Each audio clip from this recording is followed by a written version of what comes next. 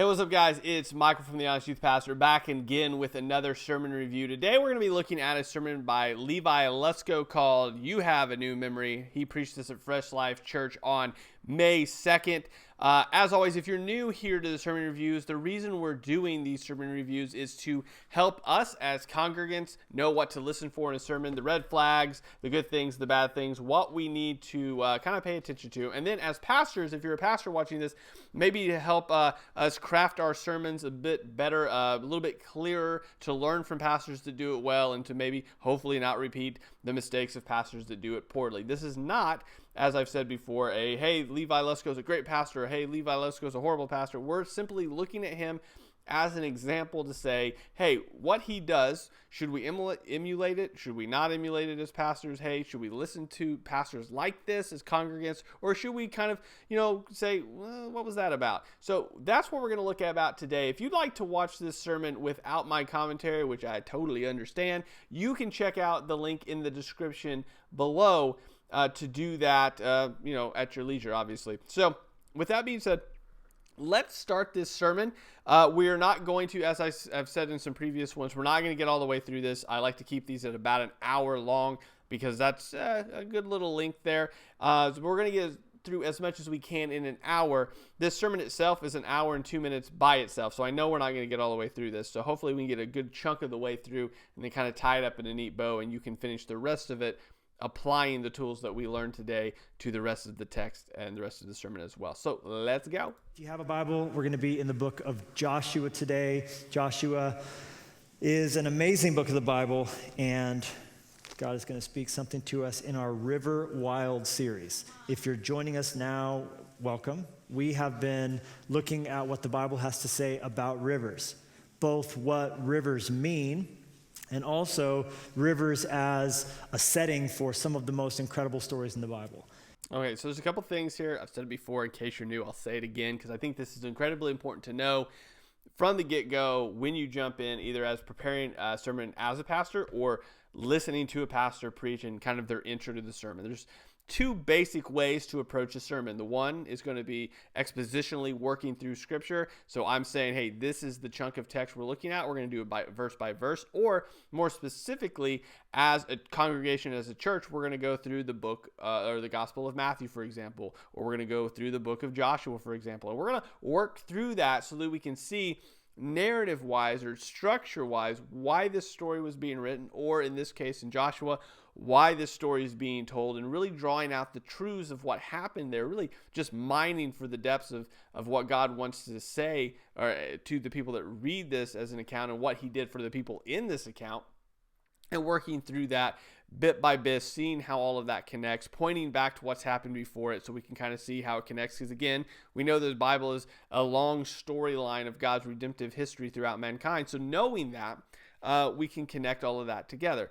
What Levi's going to do, apparently, they've said, hey, we're going to do a series on rivers. I personally don't know. It just feels like somebody took a dice and was like, let's see what we're going to do. Rivers. All right, let's find all the passages with the rivers on them.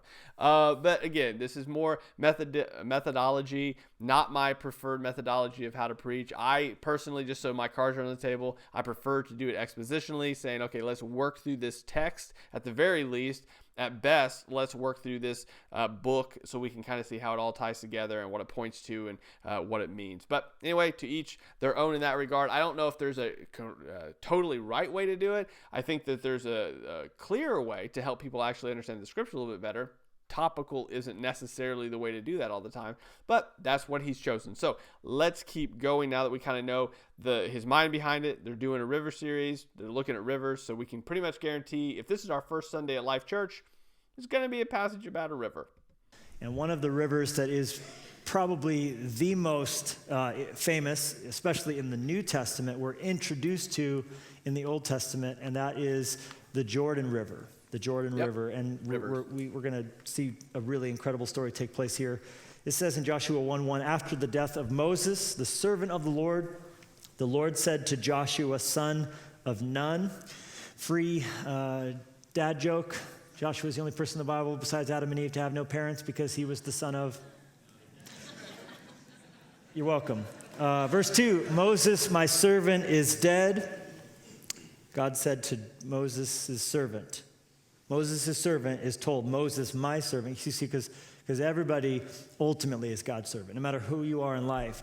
Moses was the master, Joshua was the servant, but God says, but Moses was my servant. And if you want to do great things in the world, how you access them is through serving.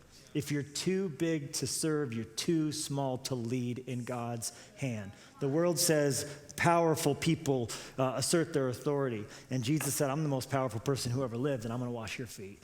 And he said, I teach you a new and a better way. Greatness, leadership, it comes through having a servant heart. That is as true in the Fortune 500 as it is true in the halls of the church. That's not my sermon. Just got distracted because I love the play on words there. Now then, verse 2, you and all these people get ready to cross the Jordan River into the land I am about to give to them, to the Israelites. I will give you, look at this, every place where you set your foot as I... Now, there's something I want to hit here before we get into it. Whenever a text is read, like, so we're reading through a text, what we want to say is, okay, why was this text here? Like, what is it telling us? Is it a narrative? Is it a poem? Is it, what's the point? Like, what's the literary device that is being used? So obviously right now, this is a narrative. This is a narrative historical device saying this is what happened. This is what's going to happen. And then what we see here that we haven't really fleshed out yet, but essentially what's happening is God giving to Joshua the promise that he had given to Moses that Moses cannot now do because Moses couldn't cross over to the promised land. So the idea here is that, okay, Joshua, the covenant that was Moses, I made with him, I now pass on to you, I'm making with you. So he tells Joshua, I will give you every place where you set your foot as I promised Moses. This is a huge deal within the text. This is a big deal that's happening here. It actually sets forth everything that happens after this as far as how Joshua leads the people. So this is a pivotal moment. This is why it's at the beginning of Joshua, right? This is a pivotal moment telling us what's happened, where we're at. Moses is dead. This is being passed on to Joshua. This is a big deal because it's actually going to set up the rest of, so for example, the Battle of Jericho, what happens before that, them crossing the Jordan, like he just talked about, like all of this is set up because now this is being passed on. God's plan is still going forward as it already was. So what is Levi going to say about this passage, right? So this is pivotal because whenever the pastor says, okay, this is what we're going to talk about, this is what we're going to look at, and then reads the text, our next step is, okay, well, which direction is he going to go with this text? Because we've seen this before, right? If you've listened to any of the sermon reviews before, what we often see is this. Either we're going to dive headfirst into the text and really look at kind of the historical background, what was going on, why this is important, or we're going to say, how does this apply to me? Okay, that's two directions you're going to go. There's not a whole lot of other directions. One of those two. Let's see how Levi does it. I promise Moses. I just want to encourage you that where you go, God's blessing comes with you. And so you don't have to go look over here to find a place that's God's blessing here, look over there to find God's blessing over there. I remember when we were praying all these years ago, 14 and a half years ago, where should we plant a church? Because we knew that we had been released from the situation we were in, and the time had come finally for Jenny and I to step out and plant a church somewhere. That was really what we knew. What we didn't know was where.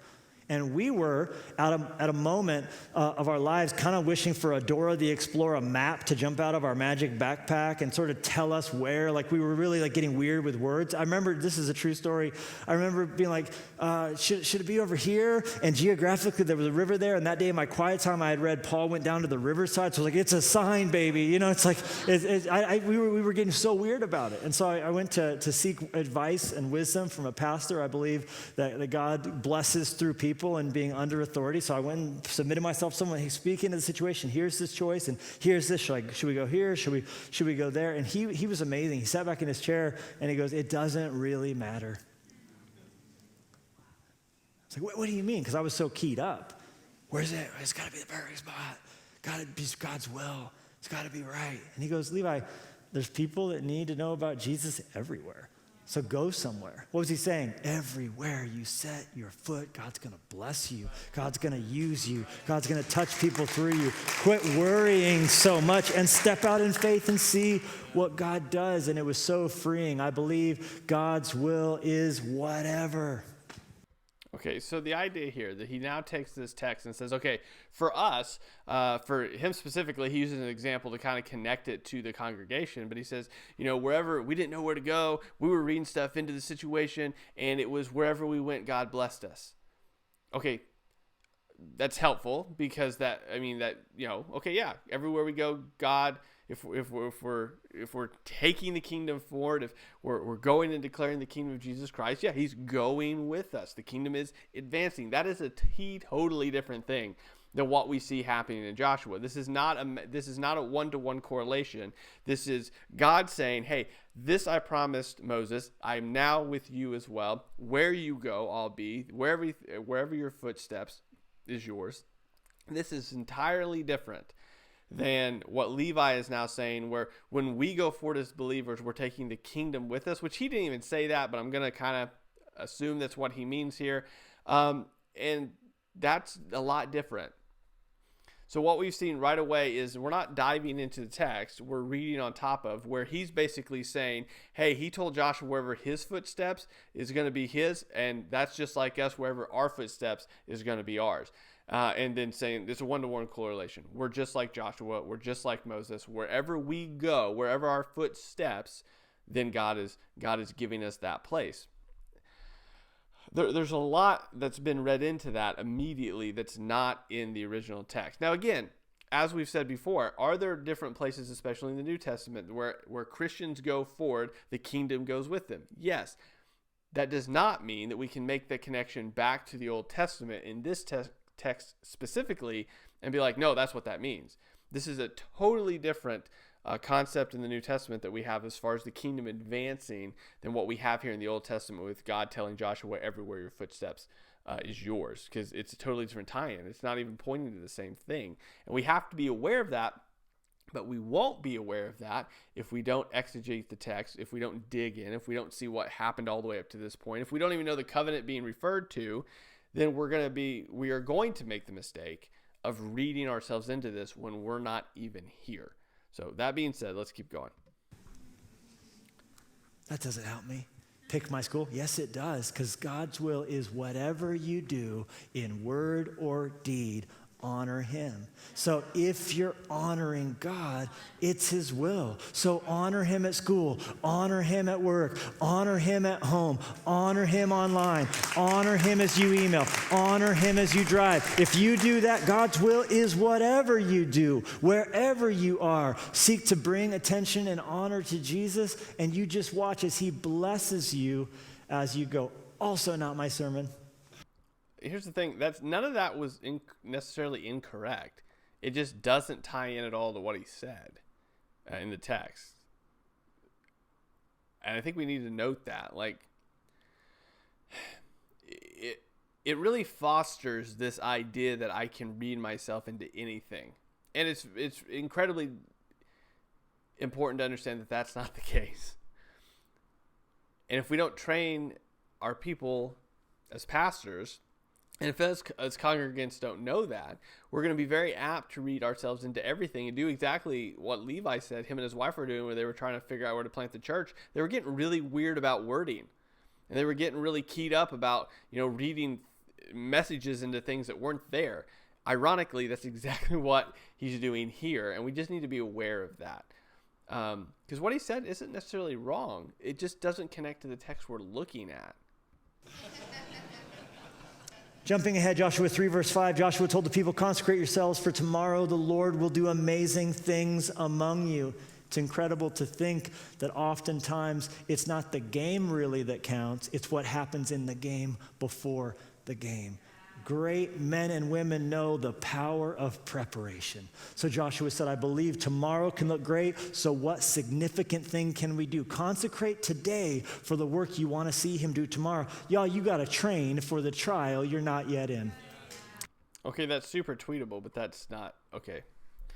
One thing you need to look for in a sermon, especially when you're reading through text, is do we make enormous jumps in the text? Because if we do, that's significant, because that means we've missed a lot of what's happened, probably a lot of very important things that have been said up to this point. So we read the first two chapters, or first 3 verses of Joshua chapter 1, and then we jump all the way over Joshua assuming command. We jump all the way over Rahab hiding the spies that go to Jericho. We jump all the way over all of that, and we're jumping into the preemptiveness before Israel crosses the Jordan, and then we go all the way to chapter 3, verse 5, where Joshua tells the people to consecrate themselves. But there's a reason they're being told to consecrate themselves, is because they're about to partake in something that God has told them to do as far as crossing the Jordan. There's a lot of instructions between in chapter 1, or chapter 3 rather, verses 1 through 5, that are important and actually play into the culture of Israel at the time, of why Joshua says consecrate yourself. It's not that he woke up one day and says you have to prepare for your future. That's not what's happening. He's telling the people to do a ceremonial act because of what's about to happen. But we don't know that because we're not in the text. And here's the thing, I don't know anything about Levi. Again, this isn't about Levi, but we have to understand that as pastors, when we're preaching, there's a lot of things that are happening in the text that the people don't know about, they're not aware about, and hopefully in our study and prep time, in prayer and fasting and preparing for the sermon, we've looked at that, we've looked back at that, we've made those connections so that when we're now preaching, we can make those connections and do the heavy lifting for those in the congregation, so we can just present it to them and be like, all right, this is where this dot connects, this is where this dot connects. I mean, hopefully some of the people in the congregation already know that because they've been in the Word, they've done the study of this text. But if they haven't, we can't assume they have, then we've done that research and we connect those dots. And when we skip from chapter 1 all the way down to chapter 5 and miss all the things that's happened before that, there's some really important things that have occurred there. Do I think that you're going to be able to cover that amount of space really fast? No. That's why I think that you should work through it piece by piece, right? Because now, as you're working through it expositionally, we now see where all those pieces connect. We see the story coming together, and we don't have to try to catch up between chapter 1 and 3 because we've already been there. But it's just important to know that there is so much reading onto the text happening here that we're losing so much of the richness of what's happened in chapters 1 through 3 at this point, of God's just him lining things up in such a way, things happening behind the scenes that are actually preparing for what's about to occur, that will actually affect things later as well, that we're just missing so much of it. Joshua said to the priests, take up the Ark of the Covenant and pass on ahead of the people. So they took it up and went ahead of them. And the Lord said to Joshua, today I will begin to exalt you in the eyes. Remember that Micro Machines commercial? Of all the Israelites, so they may know that I am with you as I was with Moses. All the kids said, no, we don't. Remember that. Verse 8, tell the priests who carry the Ark of the Covenant, when you reach the edge of the Jordan's waters, go stand in the river. And as soon as the priests, verse 13, who carry the ark of the Lord of all the earth, set foot in the Jordan, its waters flowing downstream will be cut off and stand up in a heap. So when the people broke camp to cross the Jordan, the priests carrying the ark of the covenant went ahead of them. Now, just so you know, the Jordan is at flood stage all during harvest. Yet as soon as the priests who carried the ark reached the Jordan and their feet touched the water's edge, the water from upstream stopped flowing. It piled up in a heap a great distance away at a town called Adam in the vicinity of Zarethan, while the water flowing down to the Sea of Arabah, the Salt Sea, was completely cut off. So the people crossed over opposite Jericho. The priests who carried the Ark of the Covenant of the Lord were standing now firm on dry ground in the middle of the Jordan, or what used to be the Jordan, while all Israel passed by until the whole nation had completed the crossing on dry ground.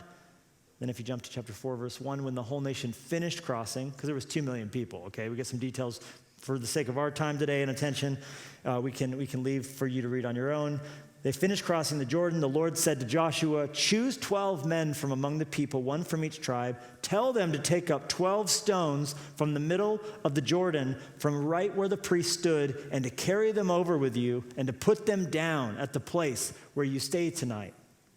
So Joshua called together the 12 men he had appointed from the Israelites, one from every tribe, and he said to them, "Go over before the ark of the Lord your God into the middle of the Jordan. Each of you is to take up a stone on his shoulder according to the number of the tribes of the Israelites, to serve as a sign among you. In the future, when your children ask you, 'What do these stones mean?' tell them that the flow of the Jordan was cut off before the ark of the covenant of the Lord. When it crossed the Jordan, the waters of the Jordan were cut off. These stones are to be a memorial to the people of Israel forever." I want to give to you from this text a message that I'm calling, "You have a new memory." Okay, so real quick before he gets in and starts going into his sermon based on the text he just read, we read a lot of text there, which is great. That's incredibly helpful, and that's something you want to look for whenever you're listening to a sermon. Okay, how much of this is based on the text? Did we read any text? Was it just one verse? No, actually, there's a ton of verses here that we read through, which is really, really good. The question now becomes, after this, how many of these verses are we actually going to get into? Are we actually going to dig into the depths of what just happened? Because just to give you an overview, like this, there's so much language here pointing back to the Exodus, pointing back to them leaving Egypt, pointing them back to the splitting of the Red Sea. Like there's a lot of similar language. There's a lot of visuals that are put forth here that say this is similar to that. This is something that like they would draw their memory back to that event. And there's actually some things that happen after this that if we were to read are the same things that occur that really in chapter 5 specifically draw back to Exodus as well, that point back to that event and the wrapping up of like this whole saga that's happened since the Exodus until now. And there's so many connections that can be made to that. The question is, are we going to go that direction and explore those connections of God's faithfulness to an unfaithful people, what that looks like, what that means? That's the question, right? So let's see what happens here, because we've read this huge amount of text. There's so much here that we could get into that points to the glory and the just magnificence of who God is. Let's see what's going to happen after this now. He says his title of his sermon is "You Have a New Memory." Obviously, he's pointing back to the rocks being stacked up and the kids asking, why are these rocks here? So let's keep going. You have a new memory. That's something our phones are telling us these days. At the most bizarre times. Bzz, got a text. No, I didn't. One thing, too, I meant to hear, so I don't have to stop it here in a minute. I can just let it play through.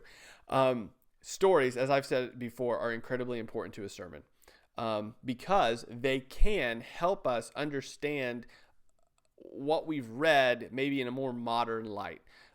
Because we're separated by time and space, sometimes things aren't exactly super clear to us. So as the pastor's job, essentially, is to make those things clear, to teach us the Word of God. And in some methods, you need to tell a story or an illustration to get us from point A to point B, because maybe point A is a little murky for us and we don't know, all the intricacies and details and history of that. So through illustration or story, you can get us to point B to where we go, oh, okay, I get that a little bit better now. We've seen that in past sermon reviews.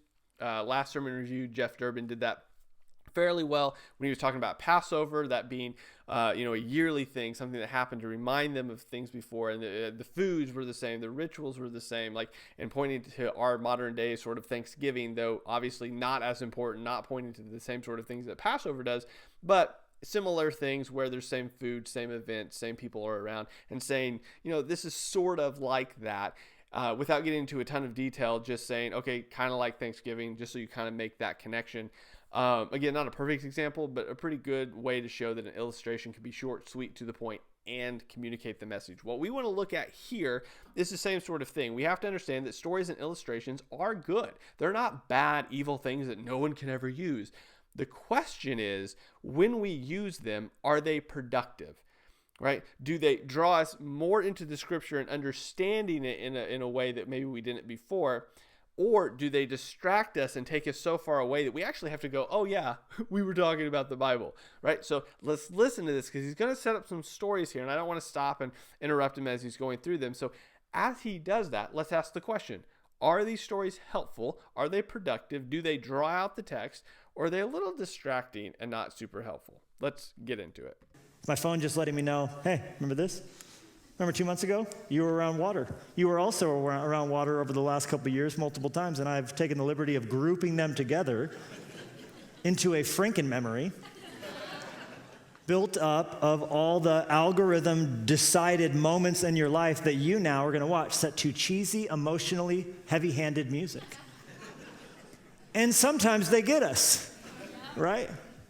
It's like, best of 2014, like, this is a Tuesday, I'm ready to go, let's do it, right? It's like, and you're watching this and it's like, oh my gosh, remember that? Calling people into the room, what's this? You're sending it to people you love, right? But then you get to the end of it and you're like, there was a box of raisins, right? It's just, what you really had it going until that, why'd you put, that was not the best of 2014 at all.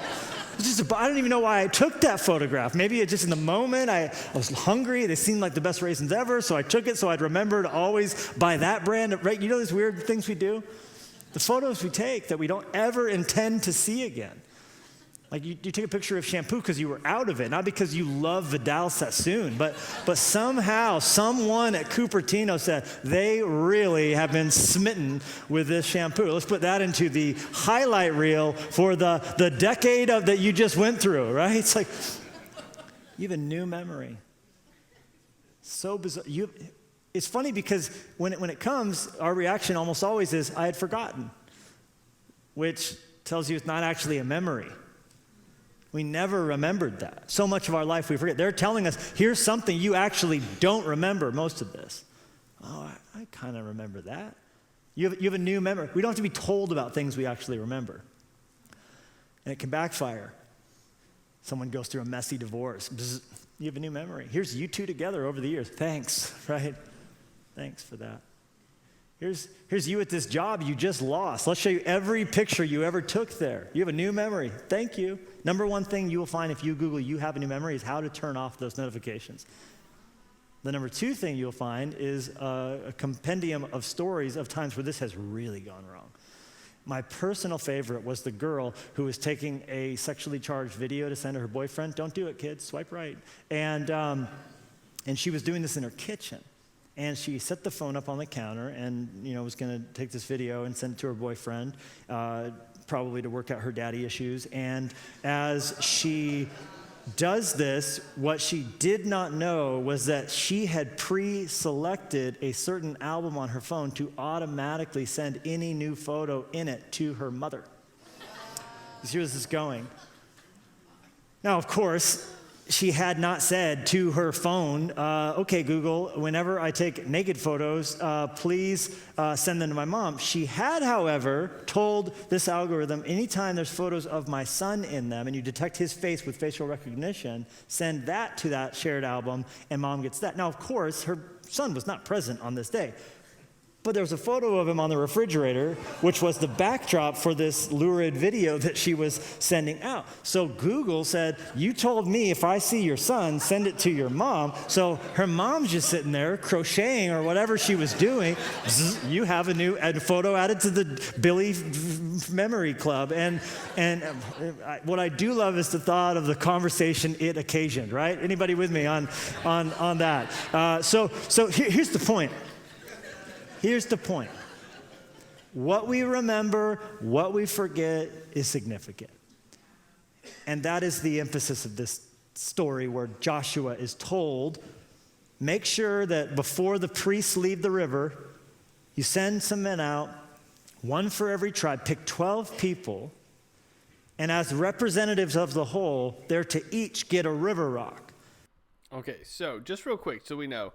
That was 5, 6, 7, 8. That was about 3 minutes of story that didn't really get us to any point because he actually had to say, hey, the point is this, right? So we spent 3 minutes through stories of I know 3 minutes doesn't seem like a long time, but he could have done it in 3 minutes to go through the history of Israel, to go through what brought them to this point, to go through why this event actually is so like the event of crossing of the Red Sea. Neither here nor there. The point is we had to look at it and say, do these stories amplify or distract from the overall text. And I would say they distracted from the overall text. That would be my contention. So he goes, the point is though, that they went to go get these stones to take out of the river where the priest stood to pile later, so that we could use them as sort of markers, so that when our kids ask us, what are these stones later, we can point them back to the fact that God has delivered his people, right? That's the point. That's the point of the stones, that we can point back and say, God has delivered his people, which again is us pointing back saying, you don't remember what happened in the Exodus. You don't remember us going over the Jordan. You don't remember all of the things that occurred up to that point, but God is faithful. Overall point here. So let's see where he takes it. And with these river rocks in their hands, then and only then is this crossing complete. Because I don't want to just bring you through this. I want you to remember why it happened, how it happened, what took place as it happened, so that as you go on and start this new life, as you cross the threshold and this boundary marker separating you from what was into what is, as you go into this kingdom, as generations continue, I want you to remember what you've been through. And I want your kids bumping into these rocks saying, Mom, Dad, why are these rocks here? Why did anybody pile up? I was in Gilgal the other day, and it's the weirdest thing. There's the market, there's the fire station, there's the playground, but there's this weird section circled off, and you approach it, and there's these rocks, and it doesn't make any sense. Why would anybody put a display with a bunch of rocks on it? And I want that to be an occasion. I want that to be an excuse, a prompt, you could say, for you then to sit them down. Say, there's something I never told you. You know how we live here in this land flowing with milk and honey? It's pretty good, isn't it? Yeah, it's pretty good. Yeah, well, we didn't always live here.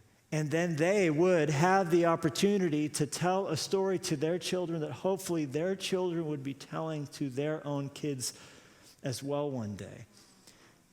One of the greatest enemies to the life of faith is forgetfulness. Spiritual amnesia, which is why the Bible is always telling us to remember, to remember, to remember, to go back, to look again. 2 Peter 3:1, this is my second letter to you, dear friends, and in both of them I have tried to stimulate your wholesome thinking. I've sought to refresh your memory. Paul said the same thing, 1 Corinthians 4. That's why I sent Timothy to you, to Corinth. He's my dear son. This guy's the best, and he's true to the master. He will refresh your memory on the instructions I regularly give to all the churches on the way of Christ, what it means to follow Christ. To follow God, you have to foster memory. You have to.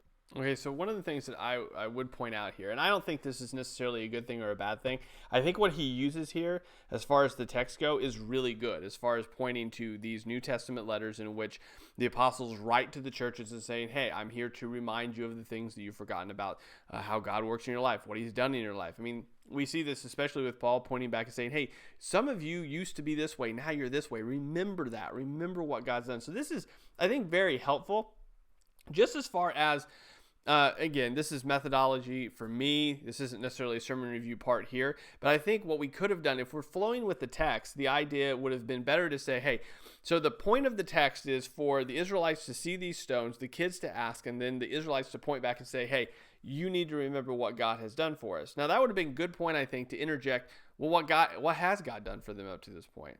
I mean, what's happened up to this point since the Exodus, including the Exodus, that's happened where God has brought them through? Hey, name a few. We were freed from slavery from Egypt. God provided manna in the wilderness. He's given us leaders to lead us to this point. We're about to enter into the land of milk and honey. That's the whole point of this, the stones on the other side of crossing the Jordan, right? He did it again, right? Not only did we go through the Red Sea, we also went through the Jordan River. God is faithful in all these things. We can name a number of other things. Those are just the top four, and that he tells the people to point the children back to. Because they weren't there. They didn't experience. They don't remember, right? That's what we talk about with our kids all the time. Like, you don't know mom and dad before we were saved. You don't know grandpa and grandpa before we were saved. Let's tell you about that because you don't know. You don't remember. You haven't lived through that experience. And that's the whole point of these stones, right? to point back and say, this is what it looks like. This is what we went through. You're supposed to remember this, right? And point back to the history of Israel to say this is actually what they'd be telling their kids. Now, I think these verses that he mentions here are very helpful in the regard that I think as believers, right? So if we were to work through this whole text and then apply those at the end of the sermon, saying, hey, just like the Israelites were pointing their children to the memories they needed to remember, we often have to be reminded of what God does in our life, what that looks like, what He's still doing. And I think that would have been a good tie-in. Personally, again, that's just a little critique that's not incredibly important, but when we're talking about sermon structure, I think it is important to where we put what and why we put it where we put it. As far as the flow goes, I think that kind of interrupts it, but it's neither here nor there. I think the scripture he's using is helpful. It fits into what we're talking about. It's just that's a little interjection as far as methodology, because what we want to know is, if the point of the text is for the Israelites to tell their kids about what God's done, what's God done then? So let's get to it. To fight against forgetfulness. So 2 ingredients to this. 2 ingredients in my sermon in a sentence. To follow God and keep moving forward, you have to forget everything you think you know, and you have to intentionally remember stuff that you would rather forget. You have to be willing to forget what you think you know. And you also have to be willing to fight to remember things that you would rather forget. Let's just spend a moment or two on the first part, because the bulk of the message and my assignment today is to focus on the latter half of that. But we have to at least acknowledge how weird it is to do what God says to do much of the time, as evidenced in our text by a river crossing, a river that is overflowing its banks, as the text says, at flood stage, which we know means it was roughly a mile wide. And raging and ripping. And this is when rivers are dangerous, and this is when rivers are violent, and this is when more people lose their lives in rivers. And how do you get, here's a question for you, Chris. How do you get 2 million people across the rapids of a rapidly moving river at flood stage? I guarantee you, not one of you thought to yourself, we should get some guys to hold a box to walk into it. And then everybody else could just follow him. But that's what God picked. Why? So I think when we do this, again, because we've not went through the text, we've not talked about the box that he's talking about, then we don't understand, that it's God's presence with them. It's the Ark of the Covenant. Like, what does this look like for the people of Israel now? Not only is it this repeating of Exodus, not only is it this reminder of who God is, it's not just we're going to carry a box into the river, but because we haven't explored that, we haven't talked about what that is, where they're at, how they got here, then we're just sort of up in the air. We're at the mercy of whether we've read it or whether Levi's going to tell us the history, right? That's kind of where we're at. If we haven't read it, we don't know.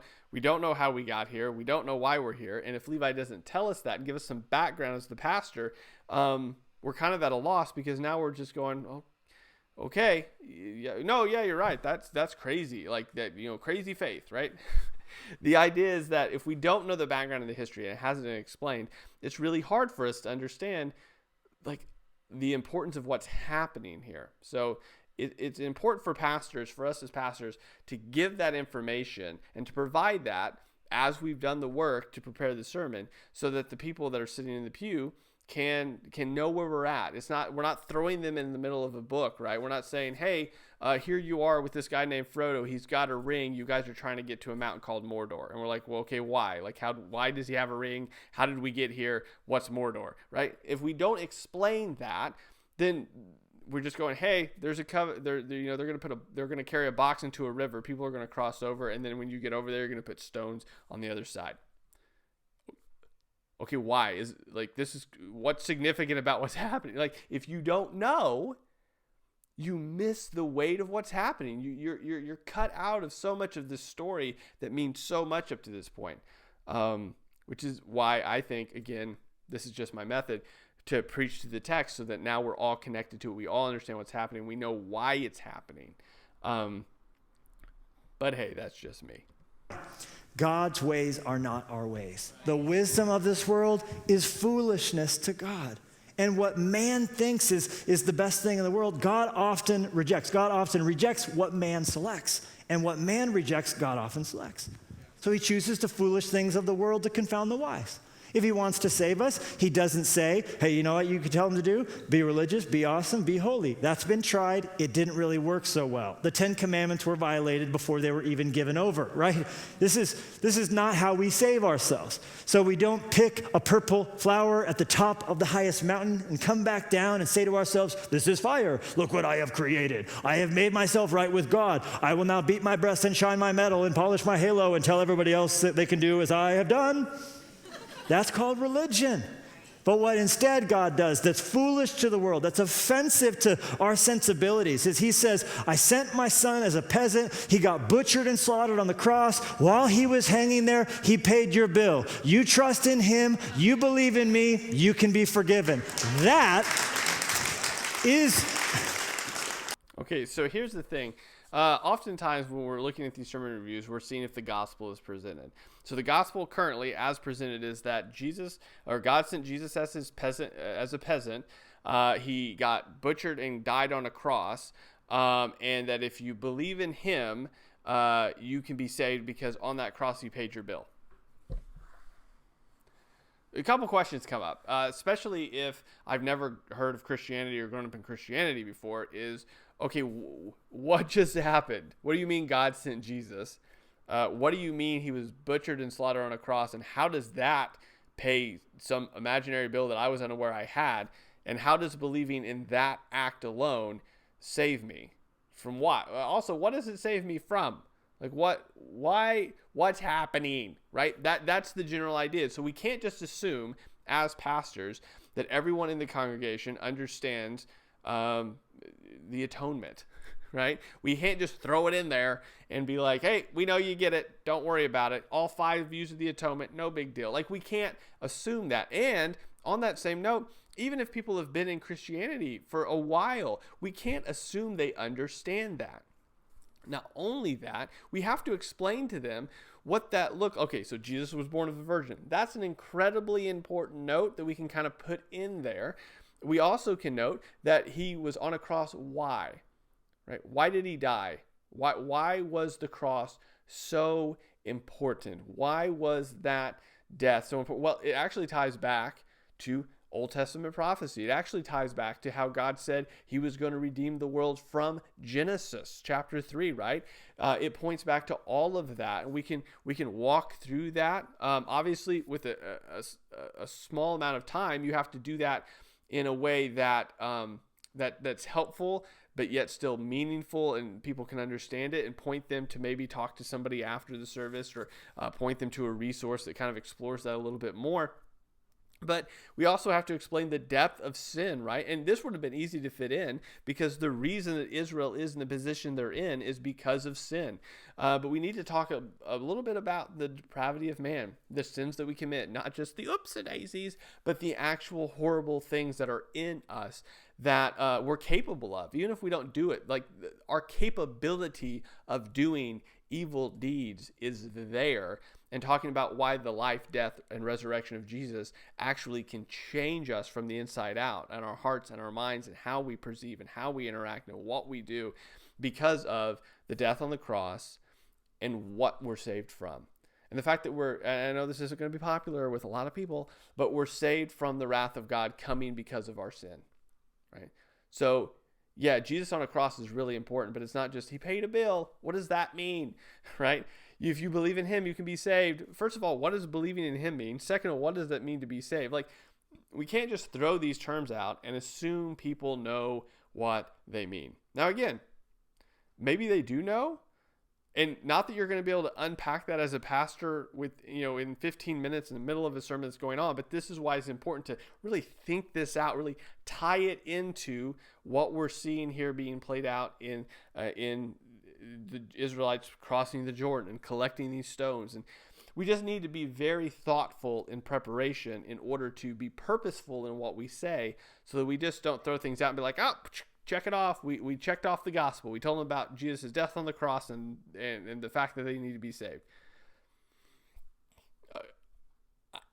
I don't know. I don't know. Okay, Fine. Let's keep going. Can we just say it? Weird. It's weird, and it's offensive.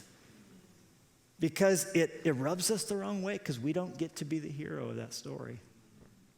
But if we're doing the gospel right, we always, perpetually, forever are the damsel in distress that Jesus swoops in and saves off the train tracks. And he gets the glory, and he gets the salvation, and the actual mechanism of it is intentionally bizarre so that we will use faith, for we walk by faith and not by sight. And it's always been faith that God uses to tap us into the grace that he longs to give to us.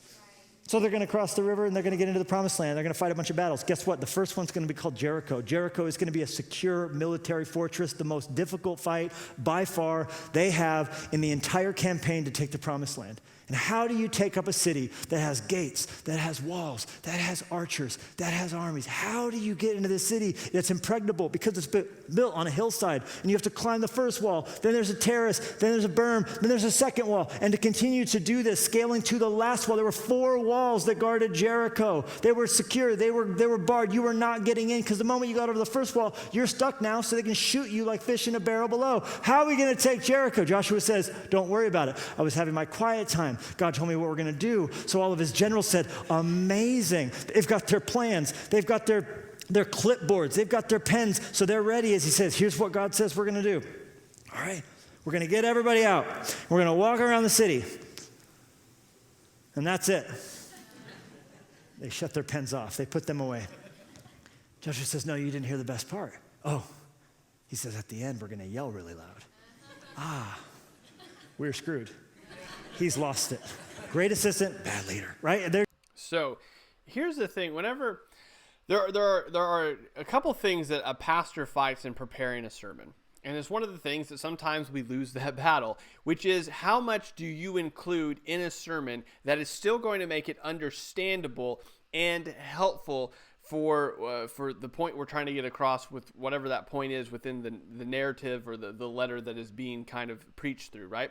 And oftentimes, and I think this is what's happened here in this particular sermon, because again, it goes on for an hour after this. We're only going to look at 15 more minutes. But whenever you try to fit chapters 2, well, he doesn't do really 2. So when you try to put chapters 3, 4, 5, and 6 all together, it makes it incredibly difficult to do because there's a lot happening there. And then when you try to do a flyover view, there's so much intricacy that you miss that's put there for a reason that you're actually missing a lot of the narrative that's supposed to be being told there. So you have to make a decision. Like, am I going to zero in on something and really go for it, or am I going to do with a flyover view and then touch the high points? And what we're trying to do here, what he's been doing is he's zoomed in really hard in chapter 4, and now we're doing a flyover of 5 and 6. And it's not incredibly, in my opinion, it's not incredibly helpful because he's not portraying that conversation between Joshua and Joshua laying out the plan of how God told him to take Jericho. Like, he's not laying that out in a manner. I would encourage you to go read chapters, we did most of 4, but read 4, 5, and 6, and then see how that all plays out, because it's incredibly important. It's not they're going, he's crazy. Like, that's not what's happening. There's actually probably a little bit of that there. You'll see that when you read it, but there's a lot more intricacy and detail in God's communication to Joshua as a leader in this very pivotal time of them trying to take Jericho that, again, we even missed when we didn't cover chapter 2, because we've already talked about in chapter 2 Rahab and the spies and all of that whole thing that went down. That's incredibly important to the story as well. It's important as pastors that when we're preparing a sermon, we go, okay, how much of this do we want to bite off? Because there's a lot here. And you don't want to miss out on what's included for a reason. Because if we believe the Word of God is the Word of God, we believe that everything is there for a reason. There's not like an accidental thing that was added as far as narrative goes. Like, there's a reason it's there. Even if it's part of a bigger chunk that points back to another thing that's happened, that's why it's there, to remind us, to point back, to point to something else. There's not just some text that we can go, well, that's not important. Who cares about a genealogy? Well, the genealogy is there for a reason, as an example that sometimes people look over. So we just have to be very careful about saying, hey, we're going to bite off this huge chunk. Because when we do that, we lose so much of the ability to really work through it in an effective way to point to what God is doing and really draw that out. And that's what's happened here, I think, is that he's trying to cover so much that we're not covering a lot of it. They're just thinking to themselves, this is nuts. That's what God did. So you have to, as you follow Jesus, forget everything you think you know. Walk in with Jesus. What is it going to take to grow? It's going to take, some prayer. And it's going to take fasting. And it's going to take worship. And it's going to take being vulnerable with one another. All right, great, got it. But when do I get to really do something? That's pretty much it, right? We're going to continue to do these simple things, these foolish things, these things that don't seem like they're going to work. But as we obey, as we follow, as we are willing to go in circles in Jesus' name, come on, just keep worshiping, keep going, keep giving, keep trusting, share your faith, step out, do something stupid when God nudges you, give him glory no matter what you're doing, as we're obeying, as we're doing it. Why did the priest go first? It's this picture of seek ye first the kingdom of God, and all these things and will be added unto you. The point is, if he had sent the warriors first, we would go, yeah. Sent the soldier. No, he said send the priests first. They don't even have weapons. They're just armed with the Ark of the Covenant, which is a symbol of the presence of God, paid for by the blood of Jesus Christ that covers. So when we Okay, so what he did there with the whole Ark of the Covenant thing really doesn't explain to us how they would have viewed the Ark of the Covenant. He ties the Ark of the Covenant to Jesus for our understanding, but doesn't at all explain what the Ark of the Covenant was for them, other than it was the presence of God in their midst. But it's so much more than that. That's why it gets sent ahead, right? Because the presence of God is leading his people. Again, a callback to what we see in Exodus, where God leads his people by a pillar of fire and by a pillar of smoke, right? It's just God leading his people. There's so many tie-ins that we're just not addressing here. We're not looking at of God's faithfulness and going before his people, and that being their strength and him being their hope, and all of this. It's just we're missing it. And it's because really up to this point in this particular sermon, again, we're assuming that we're walking into Faith Life Church this morning, you and I, we don't know anything about this church, we don't know anything about what they've talked about, and sitting down, and there's this expectation that apparently we know what the Ark of the Covenant is, or we know what's happened up to this point. And it's very important that as pastors we do that, right? That we explain that. And it's equally as important as congregants, as we're listening, that we're saying, do I understand really what's happening, or do I think I understand because the pastor's saying it in a certain way, right? So he's made this really quick tie-in, Ark of the Covenant, Jesus, God's presence. But as far as my experience goes, most people have a pretty deficient understanding of what the Old Testament is, what it looks like, how it all ties together. We just don't spend a lot of time in it, and because we don't spend a lot of time in it, we have this very uneducated idea or understanding rather of what God has been doing in the Old Testament, what to lead up to the New. So let's tie this up real quick. We got about 5 minutes left in this sermon review, and then we'll kind of tie it up in a bow. So let's see what he says to end us out here. We are sending our ark first into the week. We're pausing on a day when we could be on a lake. You see what he's doing? He's tying that in. So now we're eisegeting on top of the text. We're sending our ark into the week, much like the Israelites sent the ark in front of them. Could be working. We could be getting ahead. We could be doing any other thing, but we sit here in the inefficiency of this moment. Why? We're sending the priest out first. We're believing that Wednesday, Thursday, Friday, when we get to the water, it's going to part for us. Why? Because we sought God first and his righteousness, and we can believe that all these other things are going to be added unto us. Okay, so we'll stop there. He's going to move on to another point here in a minute. I think it's a good point to stop, because what it shows is really what we've done this entire sermon. And again, if you don't believe me, guys, the link is in the description. You can watch the rest of the sermon, see this play out over and over again through this whole sermon. But what he's saying is that we're going to send our ark ahead of us, like the Israelites sent the ark ahead of them. When we get to a hard part in our week, it's going to part. Like when they got to the Jordan, it parted. We're going to pick up stones to remember our difficulties. They're going to pick up stones to tell their kids about their difficulty. Like it's just a one-to-one. We're walking beside them. This is us. This is eisegesis, if you want to know a definition. Like I feel like some of these sermon reviews, for real, are just a rinse and repeat of some of the stuff we've done before. Because it's so common to do this anymore, to just read yourself into the text and not really look at the richness of what's in this narrative that we have presented just in these chapters of Joshua, of how faithful God is, how it points back to the Exodus, what that means. In chapter 5, for example, the eat of the land, the manna stops, and it's easy. He actually covers this in this sermon near the end, but doesn't catch what's happening. Is this callback to their wandering is done. This part in their history is over. Like, they have now entered into the land. This thing that God promised them has happened. And it's this kind of bookend to this big thing that's happened between them leaving Egypt and now, and God's promise being fulfilled to them. And it's just this amazing picture of God's grace and mercy to them. And that's what these rocks are for, so that as they tell their kids, this is what God did for us, right? This is his faithfulness, even when we were unfaithful.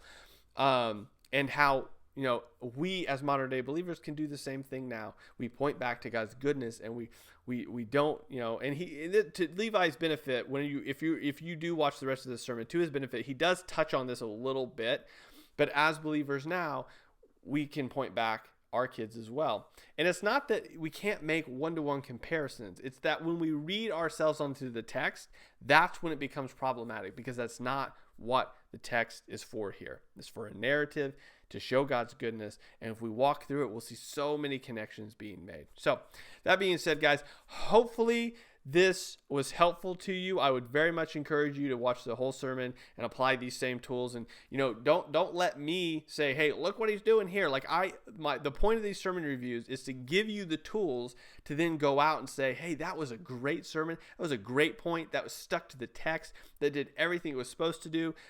Versus saying, okay, well, we really read ourselves on the top of that text there. Like, that wasn't great.